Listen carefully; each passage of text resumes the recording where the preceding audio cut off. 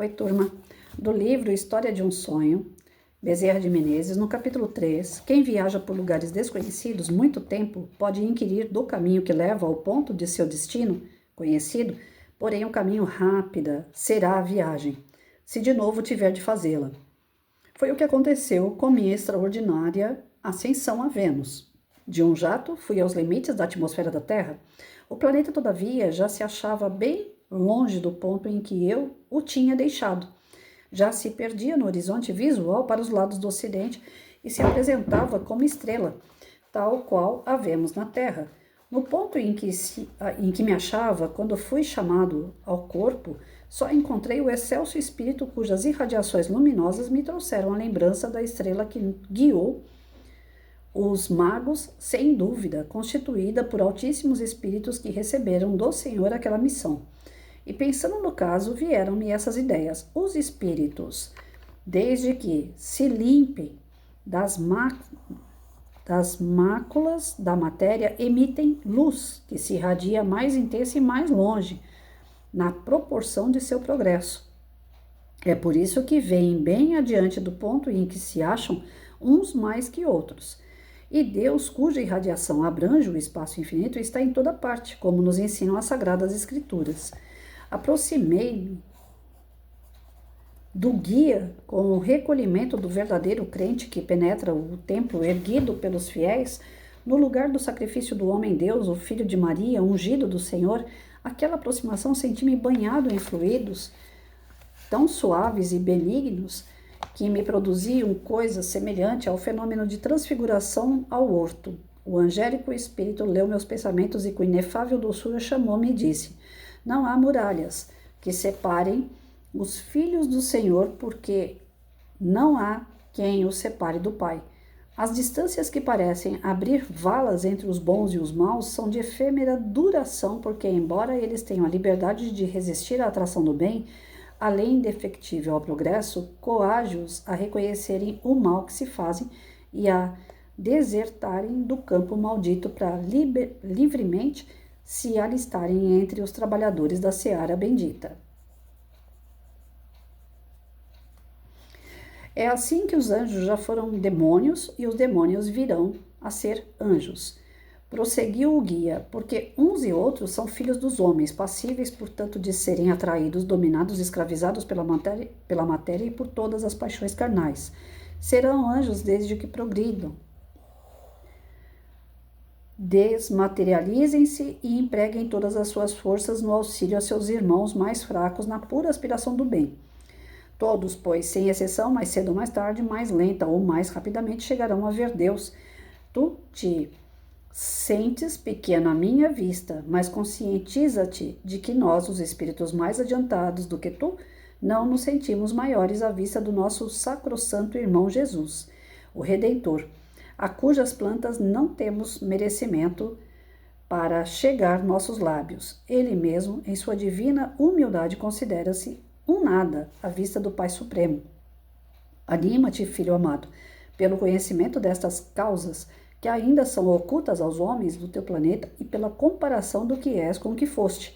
Muito te falta subir, infinita é a escada que tens de subir, mas vê quantos degraus já tens galgado. Maravilha essa frase. Lancei os olhos para cima e vi a escada simbólica penetrando o espaço, nublado ainda ao pé de mim, diáfano mais acima, luminoso além e sempre mais e mais, até ficar deslumbrante. E eu não mais poder vê-la. Lancei os olhos para baixo e vi a escada simbólica mergulhada no espaço, nublado ao pé de mim, crepuscular mais abaixo, escuro além e sempre mais e mais, até ficar tenebroso esse espaço e eu não mais poder ver a escada. Já emergi das trevas, já posso ver a luz, respondeu o egrégio varão. Já emergiste das trevas, mas vê o que foste e o que foi para comigo a misericórdia divina. Imediatamente, como se mão invisível me tivesse arrancado dos olhos um véu que não me permitia ver senão as coisas materiais, eu vi com muita nitidez um quadro em que se desenhavam inúmeras cenas de que eu sempre fora protagonista, e elas estavam em ordem cronológica invertida. As mais antigas, que se perdiam na noite dos tempos, estavam em primeiro lugar, e as mais recentes, algumas palpitantes ainda da atualidade, estavam lá no final da longa fila.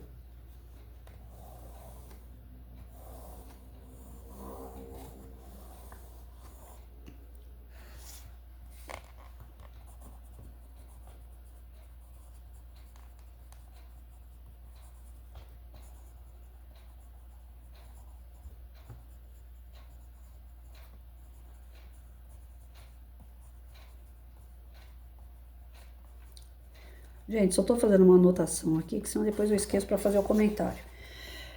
Que horror! Eu me vi nadando em mar de sangue, que minha feroz perversidade alimentava com as novas carnes que ia rasgando. Eu era o tigre, o chacal, a hiena, a serpente venenosa que povoava florestas e desertos das eras primevas. Era 1000 vezes pior que todas as feras juntas, porque estas derramam sangue para saciar a fome, e eu para saciar ódios e vinganças. As feras não maltratavam os de sua espécie, e eu rasgava o coração de meus irmãos como Nero com o próprio ventre em que foi gerado. Mais horrível foi o fim daquela existência quando me feriu de morte o raio do Senhor e me conheci sem força, sem poder, sem meios de saciar a sede do mal, que mais crescia quanto mais eu atirava a voragem para saciá-la. Naquele momento supremo, um urro, um gemido partiu de meu peito, miserável, antro de todos os vícios e paixões bestiais. Caí no báratro insondável do nada, eu que tivera o maior poder, que fora tudo, tudo na vida. Recuava espaforido diante da horrenda perspectiva dária todo o meu poder para evitá-la, para continuar a viver, embora como vil desconhecido. O nada erguera-se à minha frente qual um espectro horripilante. O nada. As próprias... não. Que luta contra o desfalecimento que precede a morte. As próprias feras fugiam aterrorizadas com os meus brados, e criatura humana alguma arriscar-se-ia a trazer-me uma palavra de ânimo. Só os negros abutres volteavam em torno de mim, atraídos pelo cheiro da carniça. O rei estrebuchei, debati-me, até que, sentindo faltar-me a vista e sumir-se a voz, cerrei os dentes, afilei os lábios e soprei palavras de maldição. A mais horrorosa blasfêmia que já queimou os lábios humanos. Tales visita, finis ita. Mais terrível, não tem o significado disso aqui e eu não entendi. Mais terrível foi o despertar daquele pesadelo. Digo despertar por não encontrar nas línguas terrenas o termo melhor exprima aquele estado. Imagine-se um desgraçado que tem um cérebro apenas fumaça, sem ideias, sem pensamentos, sem sentimentos, mas com consciência de ser, de existir. Eis o que chamo de meu despertar de além-túmulo. O despertar de todo que, só vivendo para a matéria, acaba convicto de que além da vida nada mais existe, somente o nada. Eu revivi, mas nem quero dizer quantos séculos levei nesse indefinível estado. Certo dia chegaram aos meus ouvidos... Nossa, alguém consegue imaginar Bezerra de Menezes passar por tudo isso? Certo dia chegaram aos meus ouvidos sons confusos de vozes humanas e logo meus olhos descerraram e vi ao longe, como 1000 léguas, uma figura respeitável, de velho cuja fisionomia espelhava inefável bondade de coração. O que é isso? Onde estou? Sou um espírito, tu és outro, respondeu-me de lá o velho, e estás no espaço, que é o mundo dos espíritos. Espírito? Eu? E apalpando-me, reconheci que não tinha mais o corpo carnal. Morri, então? O homem sobrevive à morte? Não é reduzido ao nada? Ia entregar-me às alegrias dessa sublime descoberta quando legiões de espíritos que foram minhas vítimas da terra me assediaram furiosos. Libertara-me da perturbação, mas entrara em dolorosa punição. Cada uma das minhas vítimas reclamava sua parte da vingança e somente seu olhar valia por lâmina incandescida, que me trespassava como eu lhe havia trespassado o coração. Procurava fugir-lhes, porém, não invisível, continha-me e oferecia-me a fúria da multidão. Deixa, leitor, que eu de hoje eu te escrevo, que ainda me sinto comovido com o que vi. Tenha um momento de resfôlego, voltarei ao assunto. Realmente é um assunto bem pesado, né? Aqui mostra a época de, assim, o espírito, ele teve lá em Vênus, ele viu uma série de coisas bacanas, ele conseguiu entender que existe um desdobramento, que existe uma ligação de espíritos que podem ter comunicação entre os espíritos, né? Que a gente pode ter uma noção de passado, presente e futuro, apesar de não poder ficar preso ao passado. O passado é só para a gente ter uma ideia do que aconteceu, aprender com ele e vida segue. E aí ele coloca o exemplo dele mesmo. Ele conseguiu ver através, que nem as palestras espíritas geralmente mostram pra gente o seguinte: quando a gente desencarna e tem um merecimento, precisa ter um merecimento, não é todo espírito que consegue isso, né? Você vai ver como se fosse uma telinha de televisão na tua frente, e aí eles vão mostrar para você todas as suas passagens. Ao invés de mostrar assim, a Patrícia de hoje, a Patrícia de 1 ano atrás, a Patrícia de 10 anos atrás, a Patrícia de 10.000 encarnações atrás, eles não vão fazer assim nessa sequência. Eles vão fazer lá do começo para cá. Você vai ver tudo em sequência, o que for do seu merecimento, o que for para você se melhorar, que for conveniente você saber, porque a espiritualidade não vai te abrir o leque assim para você lembrar de tudo. Se fosse dado a gente lembrar todo o passado, não haveria o esquecimento, né? Esse bendito esquecimento é o que faz a gente não enlouquecer, porque imagina só, a Patrícia de hoje descobrir que ela foi um canibal, que ela matava pessoas para comer a carne da pessoa. Eu ia pirar na batatinha hoje. Cada vez que eu visse uma pessoa, eu não ia querer chegar perto dela para não correr o risco, né?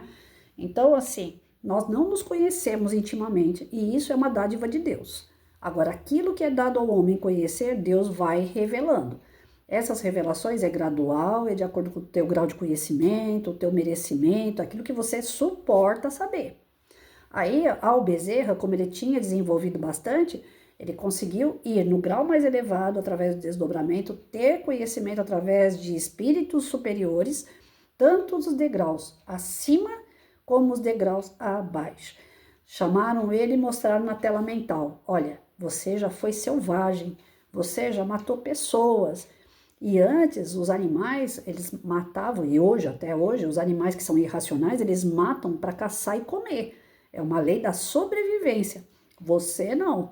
Você não matava apenas para sobreviver, você matava de maldade. O horror do ódio que você sentia fazia você cometer uma série de crimes horrendos. Então você já foi isso um dia, e hoje é lhe dado saber que um dia você foi muito atrasado moralmente, mas que hoje você já está melhor. Hoje você está entre o bem e o mal, mas um dia você já foi totalmente ignorante do mal.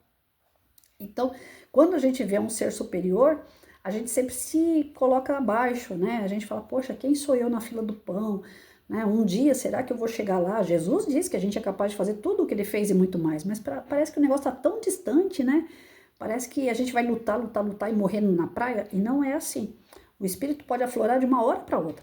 Ele pode despertar de uma hora para outra. Tanto é que nesse momento aqui ele fala, meu despertar foi no momento de dor, excesso de dor. Ele desencarnou e aqueles que ele feriu e aqueles que ele usurpou, aqueles que ele prejudicou, vieram prestar conta.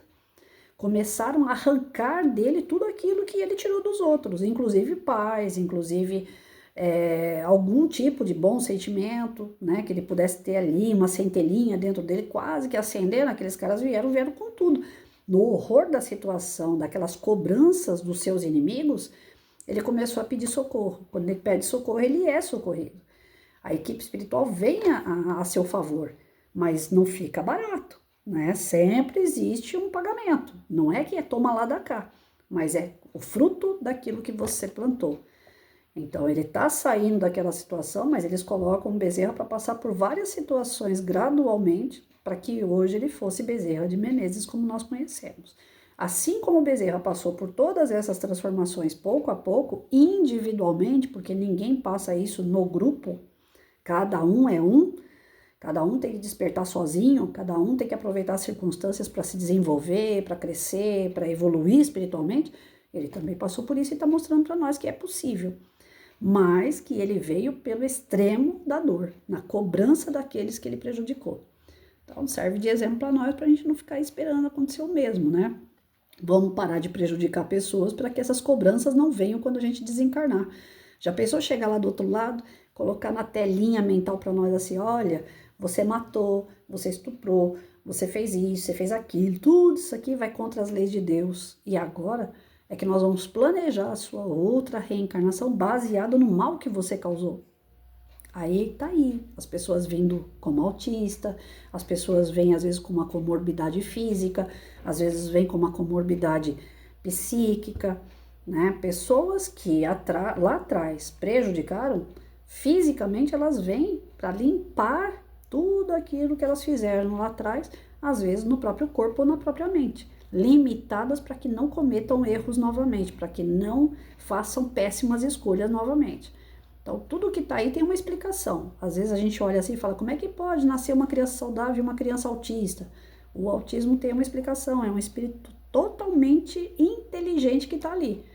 Mas que se desse condições físicas para ele desenvolver essa inteligência, ele vai criar uma bomba nuclear.